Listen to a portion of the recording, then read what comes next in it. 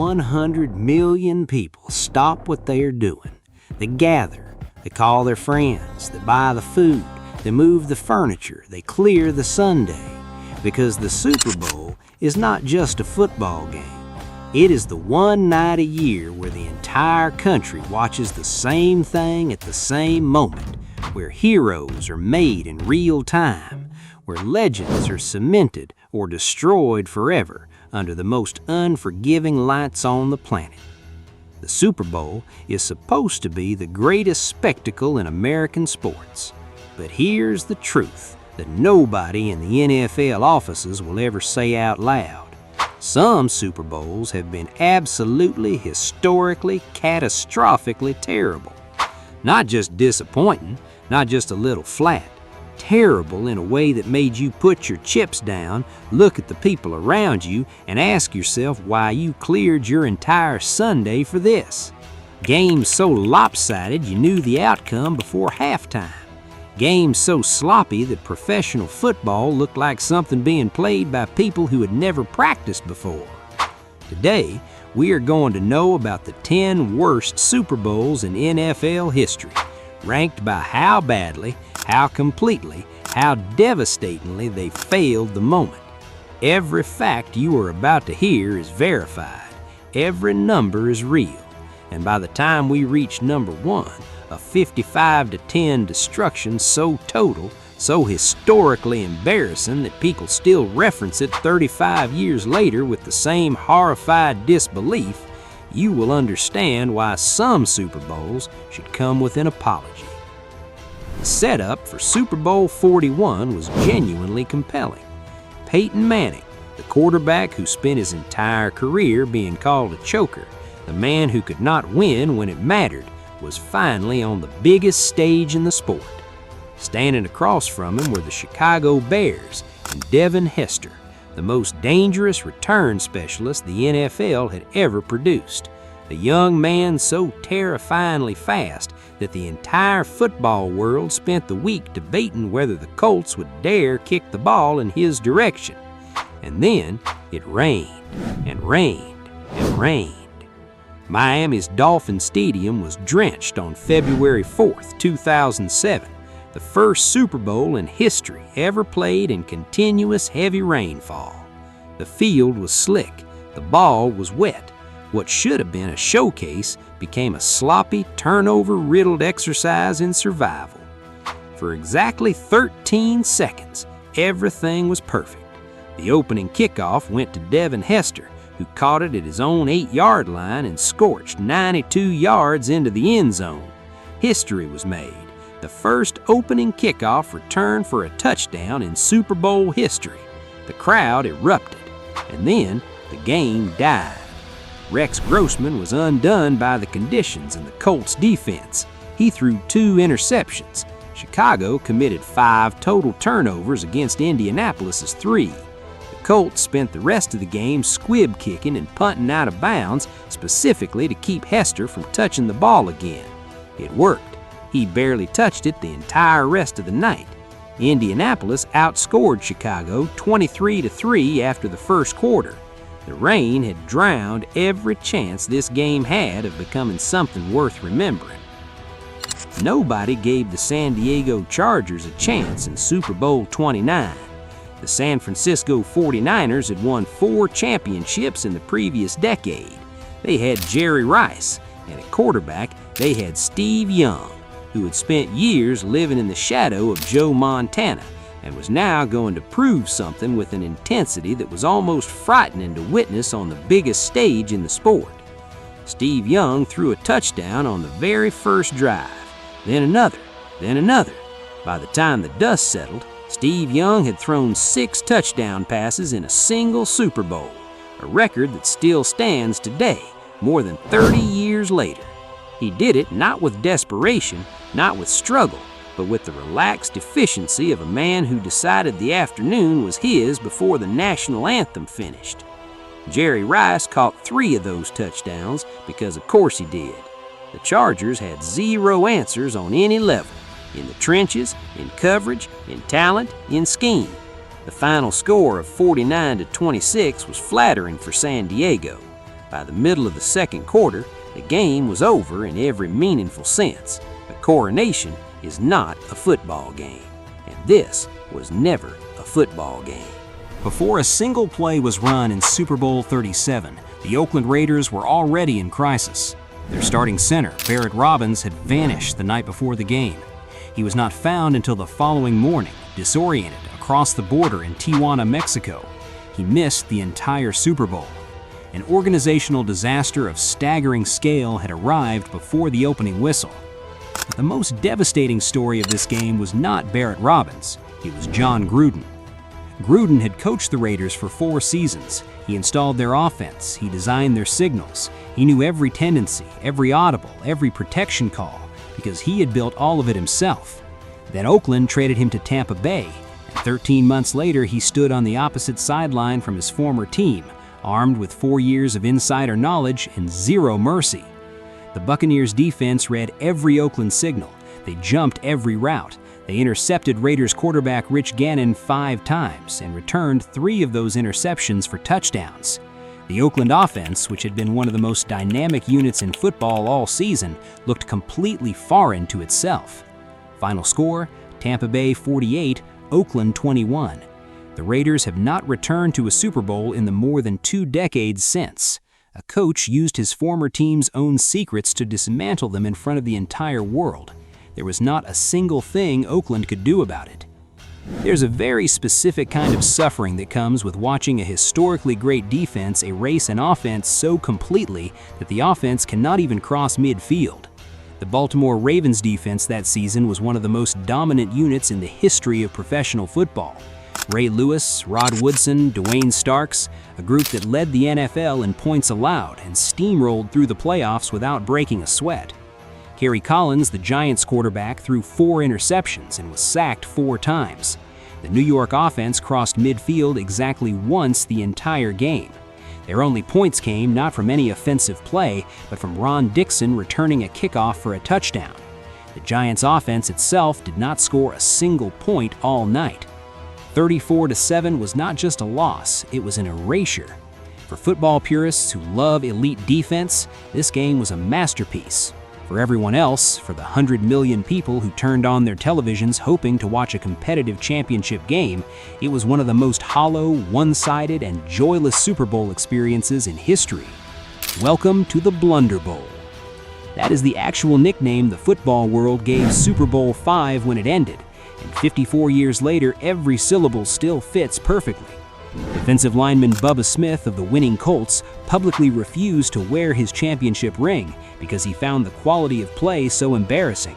A man who won the Super Bowl was so ashamed of how the game was played that he wanted no reminder it had ever happened. 11 combined turnovers.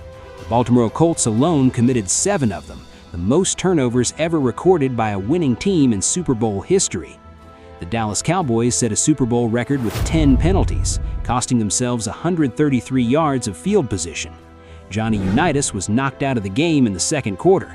Officiating decisions left both teams and most viewers furious. The situation became so absurd that the game's most valuable player was a man from the losing team. Cowboys linebacker Chuck Howley intercepted 2 passes and forced a fumble. Voters awarded him the Super Bowl MVP, making him the first defensive player and permanently the only player from a losing team to ever receive that honor in NFL history.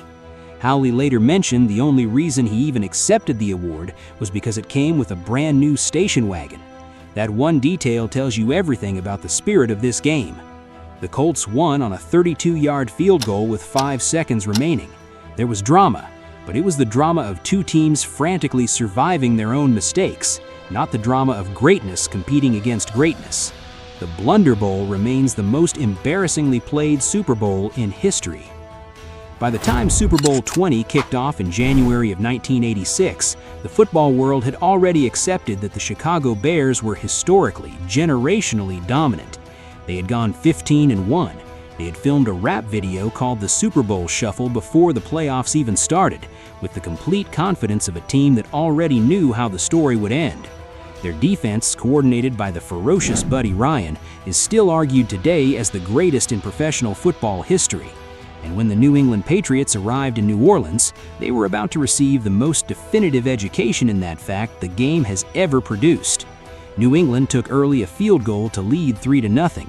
It is the only offensive point the Bears allowed during the entire postseason, because after that field goal, Chicago scored 44 consecutive unanswered points. The Bears recorded 7 sacks. They forced 6 turnovers. They held New England to just 7 rushing yards the entire game. Their quarterback, Tony Eason, was so completely overwhelmed in the first quarter that he was pulled having completed 0 passes for 0 yards. He didn't want to go back in. Nobody could blame him. The final score of 46-10 was the largest margin of victory in Super Bowl history at that time. It was not a football game. It was a formal demonstration of what happens when the greatest defensive unit ever assembled faces a team with absolutely no answers for it. The odds makers set the over-under at 56 points going into Super Bowl 53. The Los Angeles Rams had averaged 32.9 points per game that season, one of the most prolific offenses in NFL history.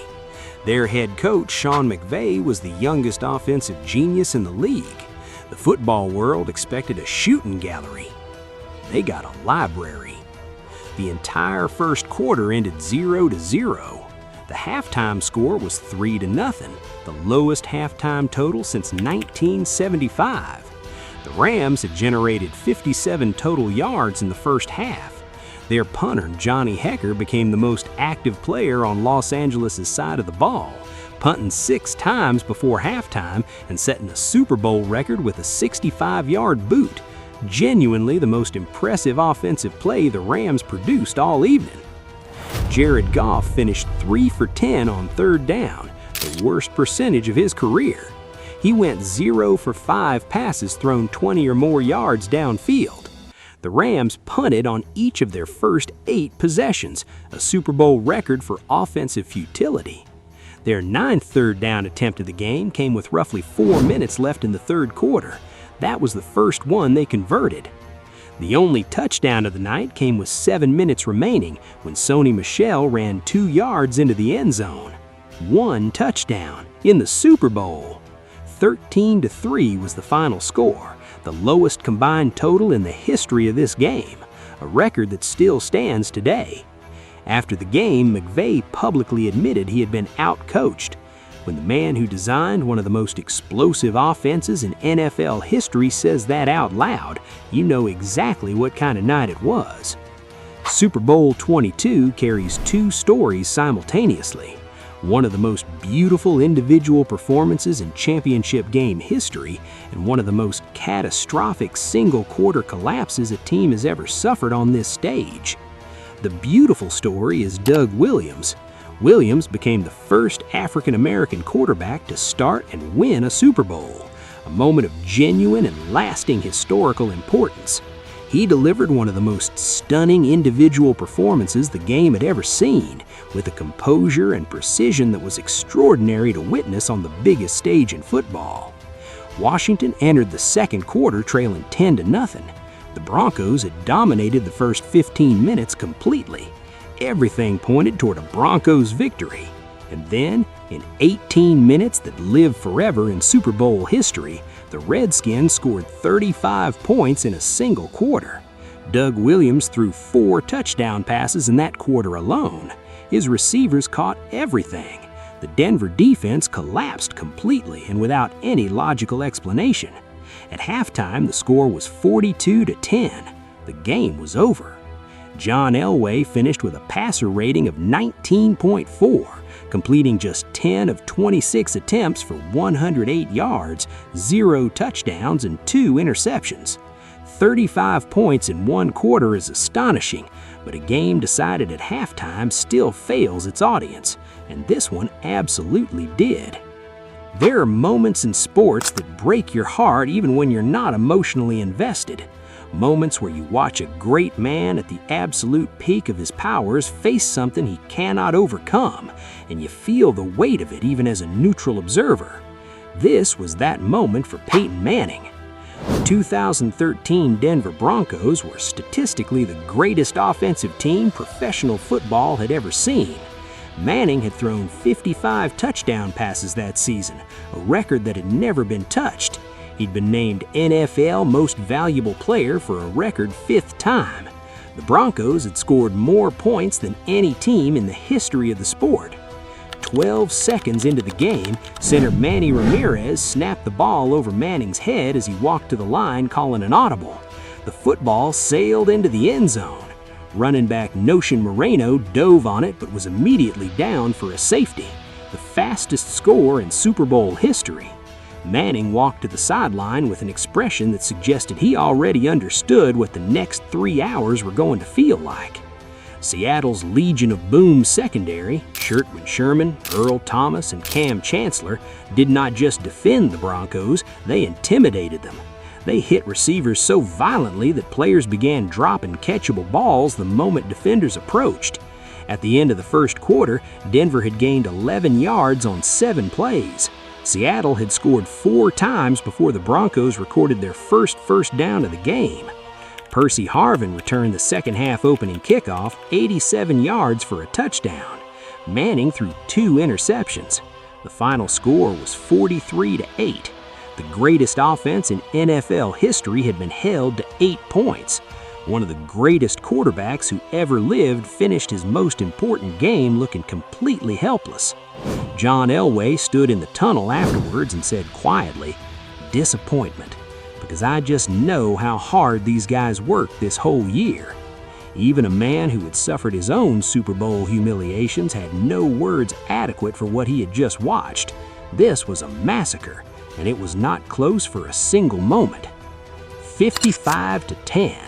Sit with that number, because after 59 Super Bowls have been played, after every miracle comeback, every last-second iconic moment this game has produced, 55-10 is still the largest margin of victory in the history of the Super Bowl. It has never been surpassed. It has never been matched. And when you understand the full context of how it happened, you understand why this is not just the worst Super Bowl ever played, but one of the most stunning acts of professional football destruction ever witnessed on any stage. The 1989 San Francisco 49ers finished 14-2, the best record in football. Joe Montana was playing the most efficient and most precise football of his legendary career. Jerry Rice was the most dangerous receiver on the planet, and across from them stood John Elway and the Denver Broncos, a franchise that had already lost 2 Super Bowls, with Elway carrying every pound of that weight into this game. Elway desperately wanted this one.